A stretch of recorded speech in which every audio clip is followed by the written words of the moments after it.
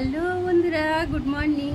কেমন আছেন সবাই? আশা করি আপনারা সকলে খুব খুব ভালো আছেন। আপনাদের ভালোবাসার আশীর্বাদে আমি খুব ভালো আছি। মোর সবার সংসারে আরও একটি নতুন ব্লগে আপনাদের সকলকে স্বাগত। আজকে আবার একটি নতুন দিন, নতুন সকালের শুরু। তবে আজকে সকালটা বেশ সুন্দর, মানে কয়েকদিন পর পর এত বৃষ্টি মেঘলা বেশি কিচকিচ, তারপরে আজকে একেবারে ঝলমলে আকাশ, মানে মেঘ মেঘ আছে কিন্তু মানে সুন্দর রোদ দিয়েছে। চারিদিকটাতে বেশ সুন্দর রোদও দিয়েছে আর বাতাসও ভালো দিচ্ছে। মানে ওয়েদারটা বেশ ভালো, মানে কয়েকদিন পুরো টানা বৃষ্টি হলো তো, যার জন্য আজকে ওয়েদারটা বেশ ভালোই লাগছে। তো একটু শুকনো শুকনো হলো, মানে সবসময় কিচকিচটা ভালোও লাগে না। তবে রোদের তাপটাও কিন্তু বেশ ভালোই আছে, মানে এত বৃষ্টি আর গরমটাও রয়েছে। মানে বৃষ্টিটা এত যে হলো, একটু ঠান্ডা ঠান্ডা ভাবছিল, কিন্তু আজকে রোদ উঠতেই গরমটাও ভালো রয়েছে, কিন্তু তাও ভালো লাগছে। একটানা বৃষ্টির পরে বেশ সুন্দর লাগছে। তবে বেলার দিকে বৃষ্টি হবে কিনা বলতে পারছি না, একটু মেঘও তো রয়েছে, কালো মেঘও রয়েছে, যা হবে হবে। আর এই যে দেখুন, মানে পাশের বাড়ির কাকিমাদেরও ছাদে গাছ রয়েছে, লেবু গাছ, কত লেবু ধরে রয়েছে। ওই পাশের দিকেও আরও গাছ রয়েছে, গাছ আছে। আমাদের এখানে মোটামুটি মানে সবাই তো একেবারে গা লাগোয়া বাড়ি, দেখতেই পাচ্ছেন।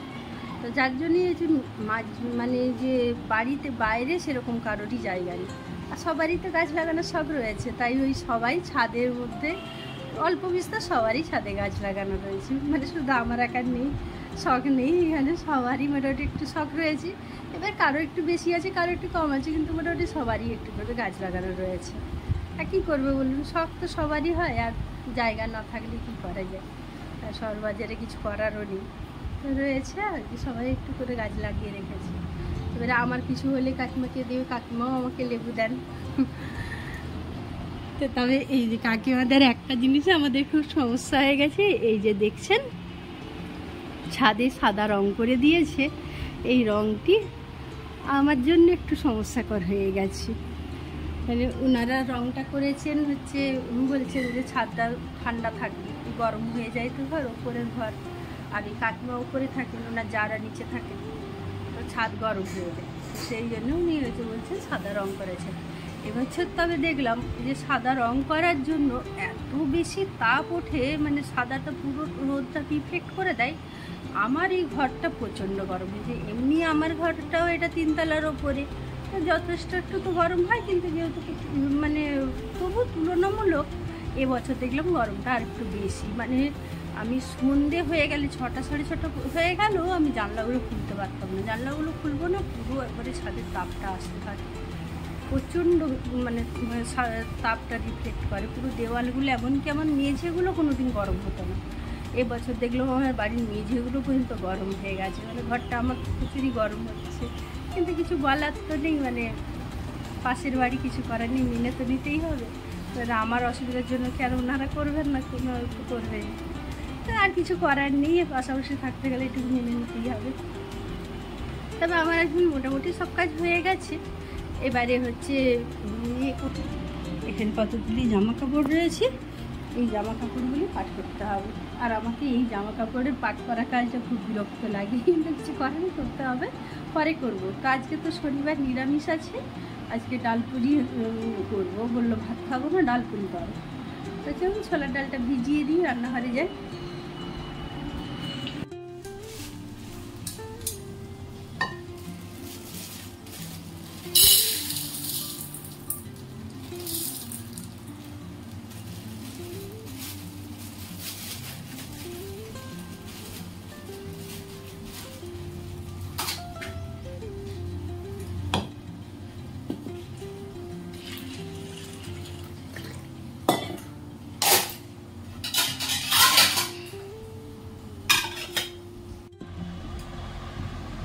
ডালটাতে ভিজিয়ে দিয়েছি, এবার স্নান পুজোটা সেরে নিই। আর এই জামা কাপড় থাক, এখন ওগুলো নিয়ে বসবো না, ওগুলো নিয়ে বসতে গেলে এখন অনেক দেরি হয়ে যাবে, তো ওগুলো পরে করবো। স্নান পুজো সেরে তারপরে রান্নাবান্নাগুলো করি, তারপরে ফ্রি সময় ওগুলো বসে বসে করবো। আর যতই করে নিই, আজকে করে নেবো, আবার এক বালতি আবার জমা হয়ে যাবে, মানে শেষ আর হয় না বিছানা। ওগুলো এখন থাক, পরে করবো, কর্তামশাইকে সঙ্গে নিয়ে। আমি বেশিরভাগ ওকে সঙ্গে নিয়েই করি, আমার একা করতে গেলে আমার গা গুলিয়ে যায়। ওকে বলি একটু হেল্প করে দিতে, করেও বা দেয়, যখন ফ্রি থাকে তখন করে দেয় সন্ধ্যার দিকে। সাত পুজোটা সারি দিয়ে তারপরে আবার ফিরছি। শান্ত করতেই যাচ্ছিলাম, তেমন সময় ও বাড়ি এসে বললো টিফিন করবে বলে।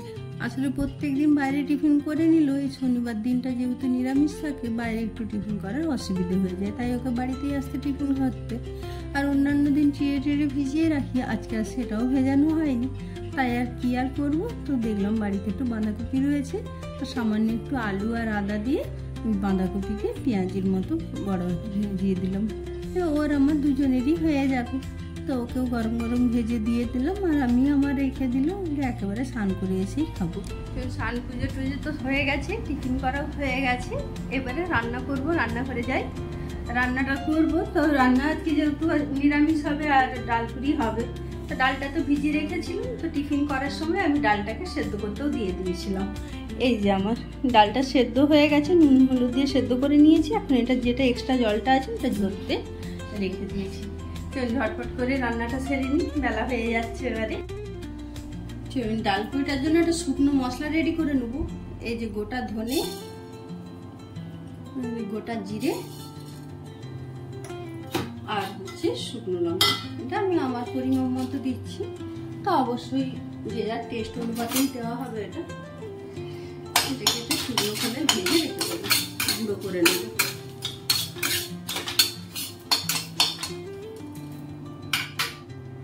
আমি যে ডাল পুরি বানাই, কোনো রকম বাটাবাটি ঝামেলা থাকে না। আমি এই যে ডালটাকে একটু বেশি করে সেদ্ধ করে নিই, নুন হলুদ দিয়ে তো সেদ্ধ থাকে, একটু বেশি করেই নরম করে সেদ্ধ করে নিই। আর এই যে এই ঝুড়িটার মধ্যে দিয়ে জলটা ঝরে গেলে, এটা যেহেতু তারের জালি, তাই এতেই একটা চামচ দিয়ে ভালো করে থেসে দিলেই এর ভেতর দিয়ে সুন্দর করে পুরো পেস্টটা বেরিয়ে যায়। এতে কি হয়, কোনো রকম দানা থাকে না। শিলে বাটলে বা মিক্সিতে বাটলে দানা ঠিক রয়েই যায়, আর সেক্ষেত্রে লুচিগুলো ভাজার সময় ফুটো হয়ে যায় আর অনেকটা তেল টেনে নেয়। তো তাই আমি এইভাবেই করি। আর ওতে বেশ কিছুটা আদাকে চিপে ওর রসটা বের করে দিলাম। আর আদা কুচো খুব সামান্য একটু, মানে আদা ঘষে নেওয়া, যেটা কোনো দানা থাকবে না সেরকম আদা দিয়ে, আর হচ্ছে ওতে নুন আর চিনির পরিমাণ মতো দিয়ে দিলাম। দিয়ে কড়াইয়ে কোনো রকম তেল দেবো না, ডাইরেক্টলি শুকনো কড়াতেই ডাল বাটাটা নুন চিনি দিয়ে ওটাকে নাড়াবো। আর তারপর যে ভাজা মশলাটা থাকবে সেটাকেও দিয়ে দেবো। দিয়ে ওটাকে নাড়িয়ে নাড়িয়ে ওর জলটা পুরো শুকনো করে নিতে হবে, একবারে কড়া থেকে ছেড়ে যাবে, একবারে ঝরঝরে টাইপের হয়ে যাবে। আর একটু ঠান্ডা হয়ে গেলে আরোই ঝরঝরে হয়ে যায়, মানে কড়াতে একটু নরম লাগলেও কোনো সমস্যা নেই, নামিয়ে রাখার পরে সুন্দর শুকিয়ে যায়। আর লুচির মতো যেরকম আমরা লুচি করার জন্য ময়দা মাখি, সেরকমভাবেই ময়দাটা মেখে নিলাম তেল আর নুন দিয়ে, আর দিয়ে ওটাতে পুর ভরে ডালপুরিগুলো ভেজে নিই। এতে ডালপুরিগুলো হয়ও একেবারে নরম, আর একটুও মানে যেহেতু ফুটো হয় না, মানে ডালগুলো একটু গোটা থাকে না, তো যার জন্য কোনো রকম ফাটে না, আর যার জন্য একটু বেশি তেলও টানে না, বেশ শুকনো শুকনো ডালপুরি হয়। আর এই ডালপুরিগুলো খেলে যে কোনো রকম মানে যে গায়ে পিস করে অতিরিক্ত তেলের জন্য, সেরকমও হয় না। তো আমি একাই করছিলাম, তারপর দেখলাম ও স্নান টান করে রেডি হয়ে গেছে, তাই ওকে বললাম এসব তুমি একটু হেল্প করে দিতে। অবশ্য করে দেয়, ছেলে থাকলে ছেলেও করে দেয়, আর ও থাকলে ও করে দেয়। আর এই ডালপুরিগুলো আসলে বেশিক্ষণ ধরে তো বেলে রাখা যায় না, ওই দুটো একটা করে বেলে বেলে করে দিতে হয়, আর একা করতে গেলে একটু দেরি হয়। তো ওকে বললো ঠিক আছে দাও, তাহলে করে ভেজে দিচ্ছি। আমি বেলে দিলাম, ও তো বেলতে টেলতে পারবে না, কিন্তু ভেজে দিতে পারে। ওই যেমন কথা বলতে বলতে হয়েও গেল। আর এই যে দুপুরে মিনিট আলুর তরকারি করেছিলাম, ডালপুরি, আর ও মিহিদানা নিয়ে এসেছিলো। এটি হলো আমাদের আজকের খাবারের মেনু। চলুন একেবারে সন্ধেবেলায় আবার ফিরলাম। সন্ধেও নয়, তখন বাজে রাত্রি প্রায় 9টা, আর আমি রেডি হয়ে বেরিয়ে পড়েছি নবগ্রহ মন্দির যাব বলে। এইটা আমাদের প্রত্যেক শনিবারের রুটিন, তাই বেরিয়ে পড়লাম। আমরা ওখানে আমি যেতে পারি না হয়তো কোনো বারে, তবে ও প্রতিবারেই যায়, তো চেষ্টা করি আমিও যাওয়ার। আর এটি মানে গেলে যে কী মানে শান্তি হয় বলে বোঝানোর নেই। আর এই যে দেখুন না, আগে তো সন্ধ্যে আসতাম, এখন একটু রাত করেই আসি, তাতেও দেখুন এখন বেজে গেছে প্রায় 9:30, তাতেও কত ভিড়, সেই জন্য একটু রাত করেই আসি। তো যাই হোক, ভিডিওটা আমি তাহলে এখানেই শেষ করলাম। আপনাদের ভিডিওটা কেমন লাগলো অবশ্যই কমেন্ট করে জানাবেন। যদি ভালো লেগে থাকে তাহলে প্লিজ প্লিজ একটা লাইক করে আমার চ্যানেলটিকে সাবস্ক্রাইব করে আমার পাশে থাকবেন। ভালো থাকবেন, সুস্থ থাকবেন, আর দেখা হবে আবার নতুন কোনো ভিডিওতে। ভালো থাকবেন, ভালোবাসা দেবেন, ভালোবাসা নেবেন। ধন্যবাদ।